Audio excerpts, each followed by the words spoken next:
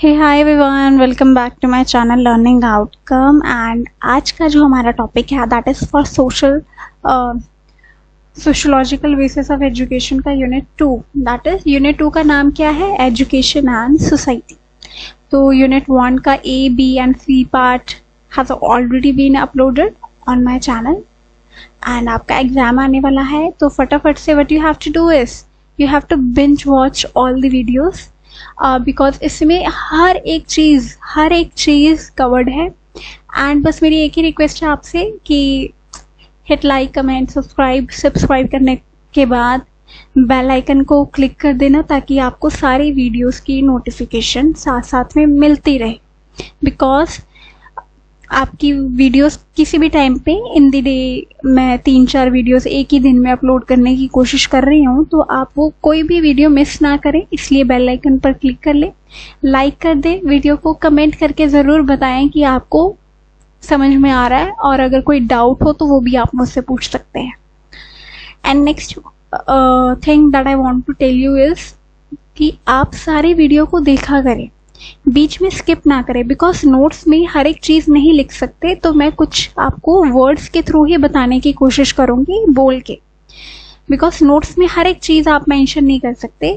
And कुछ बहुत सारी डेफिनेशन होती है जो मुझे लगता है इम्पॉर्टेंट है, और मैं आपको बोल के ही वो बता दूंगी बीच में वीडियो में। तो आप कोई भी वीडियो का पार्ट स्किप ना करें, उसे फुल ऑन देखें, आप अच्छे से ध्यान से देखें। आपके ये कुछ मिनट आपको एग्जाम में काम आएंगे। कई बारी डेफिनेशंस उठा के भी पूछ लेते हैं, एक्सप्लेन इट फर्दर, राइट? तो मैं आपकी कोई भी डेफिनेशन मिस ना हो, इसलिए मैं आपको अच्छे से समझाने की भी कोशिश करूंगी, और बहुत ही सिंपल एंड क्रिस्प एक्सप्लेनेशन होती है। जो बहुत देर से मेरे साथ जुड़े हैं उन्हें पता है। So without any further delay let's start. तो आज का जो हमारा टॉपिक है यूनिट 2 का, वो है nature and aspirations of Indian society and education. ठीक है, तो यहाँ पे दो चीज़ों का पहले तो आप पकड़ें। ठीक है, इंडियन सोसाइटी और एजुकेशन के बारे में वो पूछ रहे हैं, और इंडियन सोसाइटी में जो हम रह रहे हैं, हमारी एस्पिरेशन क्या है, हमारी उम्मीदें, हमारे सपने क्या हैं इस देश को लेके। ठीक है, हम क्या चाहते हैं अपने देश से, हम क्या चाहते हैं हमारी गवर्नमेंट हमारे लिए क्या करे, एज अ सोसाइटी हम क्या चाहते हैं कि हमारी सोसाइटी कैसी हो। तो ये सारी चीज़ें आज हम डिस्कस करने वाले हैं। तो स्टार्ट करते हैं सोसाइटी से। सोसाइटी का मतलब अगर हम देखें तो सोसाइटी क्या है? Society is a group of individuals. ठीक है, सोसाइटी एक ग्रुप ऑफ इंडिविजुअल्स है। यहाँ पे बहुत सारे लोग रहते हैं एक ही सोसाइटी में, राइट? सोसाइटी यहाँ पे हम एक कॉलोनी की बात नहीं कर रहे, हम एज अ एक बहुत बड़ी एरिया को लेके चलते हैं। Society is a group of individual. हमारा जो नेशन है that is also society, a larger national society, right? तो सोसाइटी क्या है? एक ग्रुप ऑफ इंडिविजुअल्स है हु शेयर अ गवर्नमेंट, जिनकी एक गवर्नमेंट होती है। ठीक है, एक ही उनका एरिया होता है और सेट ऑफ सोशल रिलेशनशिप होते हैं। ठीक है, अब जिनकी एक गवर्नमेंट है, जिनका एक एरिया है, फॉर एग्जांपल अगर हम पंजाब की बात करें तो पंजाब इज अ सोसाइटी, हमारी एक गवर्नमेंट है। ठीक है, हमारा एक एरिया है पंजाब, और सेट ऑफ सोशल रिलेशनशिप्स हैं जो कि हमारे आसपास के लोग होते हैं। ठीक है, वो रिलेशनशिप में आपका न्यूज़पेपर वाला, आपके स्कूल वाले, आपके मिल्कमैन, आपको रिक्शा पुलर जो मिलते हैं, ट्रांसपोर्टेशन सर्विसेज जो आपको प्रोवाइड करते हैं, आप किसी शॉप पे जाते हैं, वो लोग, आपके आसपास जो बाकी के सिटीजन्स हैं, वो सब दीज आर सोशल रिलेशनशिप्स। ठीक है, अब इसमें क्या इन्वॉल्व होता है? Care of young age physical organism. अब ये सोसाइटी कैसे बनती है? किसी का जन्म हुआ है सोसाइटी में तभी वो सोसाइटी बन रही है ना, किसी एक ने जन्म दिया फिर वो सोसाइटी की फैमिलीज बनी अपनी, है ना? तो वो केयर करना, जो एक बच्चा होता है उसकी केयर करना, वो केयर क्यों इम्पोर्टेंट है? क्योंकि यही बच्चा आगे जाके बड़ा होगा, और दिस विल बी ही और she will be the part of the society and they will be making a larger society, right? So care of young age physical organism, उनको उनकी केयर करना, उनको फैसिलिटीज प्रोवाइड करना ताकि उनकी ग्रोथ क्या हो? हेल्दी ग्रोथ हो। ठीक है, उनको किसी चीज़ की कमी पेशी ना हो। सेकेंड वन है उनको नॉलेज देना, इम्पार्टिंग नॉलेज, और उनकी स्किल्स डेवलप करवाना। ठीक है, next one is MacIver and Page की एक डेफिनेशन है। मैक्लेवर एंड पेज, इन्होंने क्या बोला है? Society is a system of usages and procedures of authority and mutual aid of many groupings and divisions of control of human behavior and liberties. इसका मतलब ये है कि सोसाइटी क्या है, सिस्टम है जिसमें यूसेजेस एंड प्रोसीजर्स है, जिसके अपना एक इस्तेमाल और अपना एक प्रोसीजर है काम करने का, जिसकी अपनी एक अथॉरिटी है, जिसका अपना एक म्यूचुअल एड है ऑफ मैनी ग्रुपिंग्स। यहाँ पे अपनी एक अथॉरिटी होती है, ठीक है, यहाँ पे लोगों की अपनी एक ग्रुपिंग होती है, ठीक है, लोगों की भी ग्रुपिंग होती है विद इन द सोसाइटी, होती है, बिल्कुल होती है ग्रुपिंग, ठीक है, और डिविजन्स भी होती हैं, जैसे कि कास्ट हो गया, क्लास हो गया, ये डिविजन्स होती हैं। हमारी इंडियन सोसाइटी की अगर हम बात करें तो ये डिविजन्स हैं, ठीक है, और यहाँ पे कंट्रोल होता है ह्यूमन बिहेवियर का, और हमारी क्या लिबर्टीज है, हमारी क्या फ्रीडम है, हम क्या कर सकते हैं, क्या नहीं कर सकते, राइट। तो ये मैक्लेवर पेज ने ये बोला है कि society is a system of usages and procedures and so on. Structure की बात करें तो हमारा इंडियन स्ट्रक्चर क्या है, एक फैमिली ओरिएंटेड सोशल स्ट्रक्चर है। हमारे यहाँ पे फैमिली को बड़ा ही औहदा दिया जाता है, फैमिली को इम्पोर्टेंट समझा जाता है, ठीक है। अब ये जो हमारा इंडियन स्ट्रक्चर है ये स्टेबल है, क्योंकि टेम्परेरी नहीं है। जो फॉरेन कंट्रीज में अगर आप देखो तो कभी कुछ हो जाता है, कभी कुछ, उनका structure is not that strong और यूनाइटेड। हमारा स्ट्रक्चर बहुत ही स्ट्रॉन्ग है इंडियन सोसाइटी का, हम इसे परमानेंट ग्रुपिंग कहते हैं, ठीक है। हमारे टेम्पररी ग्रुप्स नहीं होते, हमारे बड़े परमानेंट ग्रुप्स होते हैं, ठीक है। तो ये हमारा इंडियन स्ट्रक्चर है। क्लास की अगर हम बात करें तो क्लास का मतलब, क्लास और कास्ट में सिर्फ यही डिफरेंस है कि अपॉर्चुनिटीज किसने गेन करी और उसने क्या अचीव करा। जिसने अचीव कर लिया उसकी कास्ट भी हाई हो जाएगी, उसकी क्लास भी हाई हो जाएगी। जिसने अचीव कर लिया उसकी कास्ट का एक टाइम पे मायने नहीं रहता है कि वो कौन सी कास्ट से है, अपर या लोअर। यहाँ पे बात होती है तो अचीवमेंट की, किसने कितना अचीव करा है, कितना ओहदा हासिल करा है, ठीक है। तो क्लास का मतलब यही होता है कि स्टेटस होना, ठीक है, आपका क्या स्टेटस है विद इन द सोसाइटी। अब कास्ट सिस्टम की बात करते हैं। कास्ट सिस्टम तो बड़ा ही पुराना सिस्टम है, और कास्ट सिस्टम के बारे में एक डेफिनेशन है जो कि J.H. हुटॉन ने लिखी है। ये क्या कहते हैं, caste system is one whereby a society is divided up into a number of self-contained and completely segregated units of the mutual relations between which are ritually determined in a graded scale। अब ये कहते हैं कि caste system क्या है, एक society है जिसमें number of people are divided on self contained manner, ठीक है। सेल्फ कंटेन्ड मैनर में उनको डिवाइड करा गया है, मतलब सोसाइटी के बीच में लोगों की ग्रुपिंग्स को अलग अलग लेवल पे डिवाइड करा गया है और उन्हें सेग्रीगेट मतलब उनको बांटा गया है, ठीक है। तो ये हम कहते हैं कास्ट। और कास्ट सिस्टम क्या है, ज्यादातर हिंदुओं में फॉलो होती है, ठीक है। हिंदू जो होते हैं उनमें कास्ट सिस्टम फॉलो होती है, बाकी में भी हो सकती है बट ज्यादातर यही होता है। और कास्ट सिस्टम जरूरी नहीं है बुरी हो, ये बहुत पुराने टाइम से चलती आ रही है और आज भी ये है, बिकॉज ये हमारे एक सिस्टम का पार्ट रहा है, ठीक है। सोशल स्ट्रैटिफिकेशन एक वर्ड आता है जो कि शायद आपको इसके ऊपर डेफिनेशन भी आ सकती है अगर शॉर्ट की बात करें। सोशल स्ट्रैटिफिकेशन के बारे में गिस्बर्ट ने डेफिनेशन दी है कि social stratification is the division of society into permanent groups linked with each other by the relationship of superiority and subordination. अब सोशल स्ट्रैटिफिकेशन का मतलब होता है कि सोसाइटी को डिवाइड करना इनटू परमानेंट ग्रुप्स जो कि क्या होते हैं, relationship according to the superior. कौन सुपीरियर है, कौन उससे कम सुपीरियर है, सबऑर्डिनेट है इसका मतलब, ठीक है। कौन हायर लेवल पर है, कौन lower level of social unit पर है, ठीक है। अब इसका मतलब तो ये होता है। अब एक और डेफिनेशन है जैसे कि कुर्ट ने ये डेफिनेशन दी है और इन्होंने कहा है कि social stratification is the system of differentiation which includes a hierarchy of social positions whose occupants are treated as superior, equal or inferior relative to one another in socially important aspect, ठीक है। socially important respect, तो लोगों को divide करना अलग अलग basis पे, ठीक है।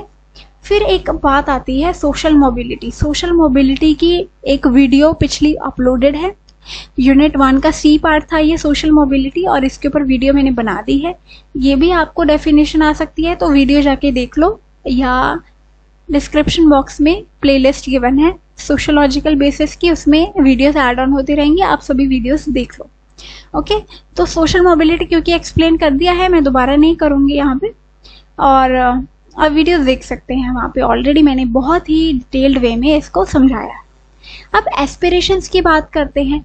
एस्पिरेशन ऑफ इंडियन सोसाइटी क्या है आज के ज़माने में, ठीक है। अब एस्पिरेशन तो हमारी बहुत सारी हैं, और मेजर एरियाज हमारे ये वाले हैं जो मैंने 6 मेजर एरियाज लिखे हैं, ये हमारे मेजर एरियाज ऑफ एस्पिरेशन है इन इंडियन सोसाइटी। पहला है सॉवरेनिटी। अब सॉवरेनिटी का मतलब ये होता है कि गवर्नमेंट जो एक देश की होती है, जैसे कि हमारे इंडियन गवर्नमेंट है, हम जो हमारी कंट्री है हम अपने हिसाब से चलाएंगे, हमारे जो रूल्स एंड रेगुलेशन हम उसके हिसाब से चलाएंगे। कोई और कंट्री या उसकी गवर्नमेंट या उसके लोग हमें नहीं बताएंगे कि हम क्या डिसीजन लें, हम अपने देश के डिसीजन खुद लेंगे, और इसे हम कहते हैं सॉवरेनिटी। मतलब इंडिपेंडेंट स्टेट है हमारा, और हम अपने डिसीजंस को खुद लेंगे। ये हमारी एस्पिरेशन है as an Indian society. Second one is democratic social order. इसका मतलब ये है कि हर किसी की इज्जत हो समाज में, हर किसी को इक्वालिटी मिले, अपॉर्चुनिटी मिले, और freedom of thought, expression, belief, faith और मूवमेंट। हम कहीं भी आ जा सकते हैं, हम किसी भी रिलीजन को फॉलो कर सकते हैं, हम कुछ भी बोल सकते हैं, कुछ भी लिख सकते हैं, हमारे ऊपर कोई रोक टोक नहीं है। हाँ, मूवीज जरूर सेंसर होती हैं कुछ, बिकॉज वो लोगों की सेंटिमेंट्स को हर्ट ना करें, ठीक है। अब फ्रीडम है लेकिन ड्यूटीज भी तो है साथ में, तो राइट्स भी मिले हैं लेकिन ड्यूटीज भी हैं। मतलब आपको राइट्स मिले हैं अपने कि आप जिंदगी जी सकते हैं, लेकिन ड्यूटीज भी हैं आपकी कि आप किसी और की जिंदगी में उतार चढ़ाव ना लेके आए। दूसरों को भी हक है जीने का, आपको भी हक है, लेकिन दूसरों की जिंदगी में आप दखल अंदाजी नहीं कर सकते ज्यादा। तो डेमोक्रेटिक सोशल ऑर्डर होना चाहिए, ये हमारी एक एस्पिरेशन है, और है भी हमारे देश में ये सारी चीजें, है ना। नेशनलिज्म। नेशनलिज्म का मतलब होता है spirit of nationalism and national integration. हमारे देश में हम भारतीय हैं, हम भारतीय हैं, ये किसी भी रिलीजन से पहले, किसी भी नाम से पहले है। हम हिंदुस्तानी हैं, हम भारतीय हैं, ठीक है। ये हमारी सबसे पहली पहचान है, बिकॉज फॉर द सर्वाइवल, ये एक रिटर्न है, ये डेफिनेशन दी है कि attachment to a nation as an integrated whole is the basis of nationalism, ठीक है। हम क्या कहते हैं कि हम अपने देश के साथ बहुत डीपली जुड़े हुए हैं, और यही हमारी नेशनलिज्म की पहचान है। Social and economic justice.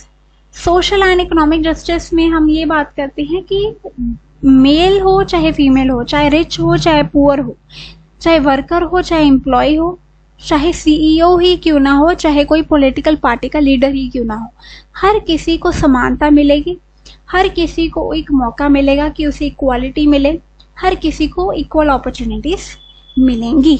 I hope it's clear. The next one is, अच्छा एक डेफिनेशन भी कर सकते हैं हम यहाँ पे, बट मुझे नहीं लगता इसमें कोई इंपॉर्टेंट डेफिनेशन एज सच है, तो फ्रेटर्निटी करते हैं। फ्रेटर्निटी का मतलब होता है कि कॉमन इंटरेस्ट एक दूसरे के साथ शेयर करना, ठीक है। हम क्या करते हैं, एक दूसरे के साथ एज अ सिटीजन हम बंधे हुए हैं, हमारी जो एक फीलिंग ऑफ फ्रेंडशिप होती है हमारे आसपास के लोगों के साथ, हमारे सिटीजन्स के साथ, उसे हम कहते हैं फ्रेटर्निटी। और अगला आता है यूनिवर्सलिज्म। यूनिवर्सलिज्म का मतलब होता है कि चाहे कोई भी इंसान हो, उसके लिए रूल्स एंड रेगुलेशन सेम होंगे।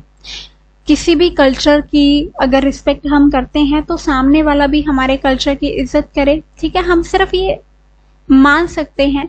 यूनिवर्सलिज्म का मतलब होता है कि आप जो देश में रह रहे हैं और जो दुनिया में भी लोग रह रहे हैं, हम उनके साथ समानता के साथ रहेंगे, ट्रुथ को फॉलो करेंगे, मतलब जो यूनिवर्सल वैल्यूज हैं उसको अपहोल्ड करेंगे, यही चीज है इसमें। एंड रोल ऑफ एजुकेशन की हम बात करते हैं कि एस्पिरेशन में रोल ऑफ एजुकेशन क्या है, क्रिएटिव फोर्स है। सबसे पहले तो एजुकेशन नहीं होगी तो मुझे आप ये बताएं कि आपके सपने होंगे? नहीं होंगे, आपके सपने मर जाएंगे, बिकॉज आप तो खुद सर्वाइवल मोड पे लगे रहोगे। जरा जाके देखिए, जरा जो पुअर लोग होते हैं उनके सपने ही नहीं होते इतने। बहुत ही उनमें से एक्सेप्शन होंगे जो कहते हैं कि नहीं, मुझे गरीबी सीमा से बाहर निकलना है, मुझे कुछ करना है, अपने माँ बाप के लिए कुछ करना है। लेकिन जो क्रिएटिव फोर्स यही है ना एजुकेशन ने। एजुकेशन लेते तो आपके मन में जो थॉट्स आते हैं, आपके दिमाग जो खुलता है, वो एजुकेशन की वजह से ही है। और अगर दिमाग खुलेगा तो आपके पास क्रिएटिव चीजें आएंगी, आप कुछ करना चाहेंगे जिंदगी में, और यही एक क्रिएटिव फोर्स है। Next one is development spirit of nationalism. अब जो एजुकेशन है वो हमारे नेशनलिज्म की स्पिरिट को डेवलप करता है। क्यों? बिकॉज हम जब पढ़ते हैं, हमारे देश जब हमें एजुकेट करता है तो हमारे देश के लिए हमारी एक रिस्पॉन्सिबिलिटी बन जाती है। हमें ये देश ने अगर एजुकेट करा है तो हमारी रिस्पॉन्सिबिलिटी है हम उसे पे बैक करें। कुछ बच्चे ऐसे होते हैं जो देश छोड़ के चले जाते हैं। जरा आप बाहर पढ़ने के लिए गए हैं, जरा वापस देश में आके, चाहे बाहर भी काम कर रहे हैं, लेकिन अपने देश के प्रति तो कुछ जिम्मेदारी रखें। देश ने आपके ऊपर इतना पैसा लगाया है, इतने रिसोर्सेस लगाए हैं, आज आप जाके किसी और गवर्नमेंट के लिए काम कर रहे हैं, किसी और गवर्नमेंट को टैक्स पे कर रहे हैं। कहाँ गया आपका नेशनलिज्म? नेशनलिज्म छोटी छोटी चीज में है। टैक्स को टाइम पे करना, अपना काम ईमानदारी से करना, करप्शन नहीं करना, किसी को बुरा भला नहीं बोलना, अपने देश की इज्जत करना और अपने देश के लीडर्स की भी इज्जत करना। ठीक है, हाँ, कहीं वो काम गलत करते हैं तो उसके खिलाफ बोलना। लेकिन आप जरा इंटरनेशनल लेवल पे जाके देखिए, क्या आप अपने प्रेसिडेंट को थू थू करेंगे? No, that is not allowed. आप मानहानि के केस में अरेस्ट हो सकते हैं। ठीक है, तो नेशनलिज्म बड़े लेवल पर होती है और आपको ये समझना पड़ेगा एजुकेशन का रोल इसमें बहुत ज्यादा है। कॉन्स्टिट्यूशन की अवेयरनेस एसएसटी जैसे सब्जेक्ट से मिलती है। ठीक है, एसएसटी की कभी बुक देखिए तो प्रीएम्बल छपा होता है पहले पेज पे, नेशनल एंथम होता है, ताकि वो स्पिरिट ऑफ नेशनलिज्म इनकलकेट हो बच्चों के बीच में। Next one is respect. Respect करेंगे एस्पिरेशन की, अपनी और दूसरों की भी। मेरा मेरा मेरा नहीं होता है, लोग भी हैं, बाकी लोग भी हैं, उनकी भी इज्जत करना, उनके भी एस्पिरेशंस को अचीव करने में मदद करना। और एस्पिरेशन जो नेशनलिज्म है, डेमोक्रेटिक सोशल ऑर्डर है, अगर आप भी डेमोक्रेटिक माइंडसेट रखेंगे तभी दूसरों की भी एस्पिरेशन वो पूरी होगी। बिकॉज अगर आप पेसिमिस्टिक हैं, अगर आप देशद्रोही हैं, राइट्स करते हैं, दंगे फसाद करते हैं, तो आप तो देश के गुड सिटीजन है ही नहीं, because you are disrespecting other citizen as well. उनका नुकसान कर रहे हैं आप भी। ठीक है, तो रिस्पेक्ट बहुत इंपॉर्टेंट है। Achieving self sufficiency. जब आप एजुकेटेड हो जाते हैं तब आप खुद का पालन पोषण कर सकते हैं, खुद के लिए कमा सकते हैं, खुद को अच्छे से आप ड्रेसिंग कर सकते हैं अपनी। ठीक है, आप अच्छे कपड़े पहनते हैं, अच्छा खाना पीना होता है, आप समाज के लिए भी सेवा करते हैं, तो सेल्फ सफिशिएंट आप हो जाते हैं जब आप एजुकेटेड होते हैं। जब आपके पास नौकरी लगती है, जब आप एजुकेटेड भी होते हैं, तब आप लोगों को ज्ञान दे सकते हैं। Next one is youth to participate in national development. ठीक है, अब यूथ को पार्टिसिपेट करवाना कि वो नेशनल डेवलपमेंट में अपना योगदान दे। अब यूथ कैसे डेवलपमेंट में योगदान देता है? एनसीसी कैडेट्स, एनएसएस वॉलंटियर्स, ये रोटरैक्ट जैसी ऑर्गेनाइजेशन और उनके वॉलंटियर्स ये सेवा करते हैं, ये समाज सेवा करते हैं। नेशनल डेवलपमेंट कहीं ना कहीं तो होती है। जो लोग पढ़े लिखे होते हैं वो ऊंचे ऊंचे ओहदों पे पहुंच जाते हैं, चाहे नेशनल हो, चाहे इंटरनेशनल या मल्टीनेशनल कंपनी। देश को कुछ तो पैसा आता है, फॉरेन करेंसी आती है और फॉरेन पैसा बहुत काम आता है देश के। आप पूछ रहे होंगे कि टैक्स कहाँ जाता है? जरा इंडिया पाकिस्तान के वॉर पे टाइम पे आपने देख लिया होता कि डिफेंस इक्विपमेंट्स जो यूज हो रहे थे वो बाहर से लिए गए थे, कुछ तो हमारे देश ने अपने बनाए हैं, ब्रह्मोस मिसाइल जैसे। ठीक है, अब ये पैसा वहां यूज होता है टैक्स वगैरह का, डिफेंस में, हमारे हेल्थ सेक्टर में, बहुत सारी चीजों में, हमारे आर्मी के खान पीन में, उनकी सैलरीज में। तो ये टैक्स जो होता है ये वेस्ट नहीं जाता आपका और बहुत कामों में यूज होता है। नेचुरल डिजास्टर आ जाए तो रिलीफ फंड ये टैक्स में से ही जाता है। ठीक है, या गवर्नमेंट फंड्स में से जाता है। ठीक है, तो बहुत टैक्स का फायदा होता है अगर आप उसे टाइमली पे करते हैं। ये कहीं फालतू में नहीं होता। ठीक है, हर एक पैसे का रिकॉर्ड होता है और बजट में ये पैसा हर जगह आपको दिखता है फिर। इसी के साथ we are done with this topic. And आपकी कोई भी क्वेरी हो आप मुझे पूछ सकते हैं। एंड आपको कुछ भी डाउट हो रहा है या फ्रीली मुझसे पूछ लिया करो, ऐसा कुछ भी नहीं है। और मुझे लगता है कि आप जितना पूछेंगे मुझे भी पता चलेगा आपको कितना समझ में आया।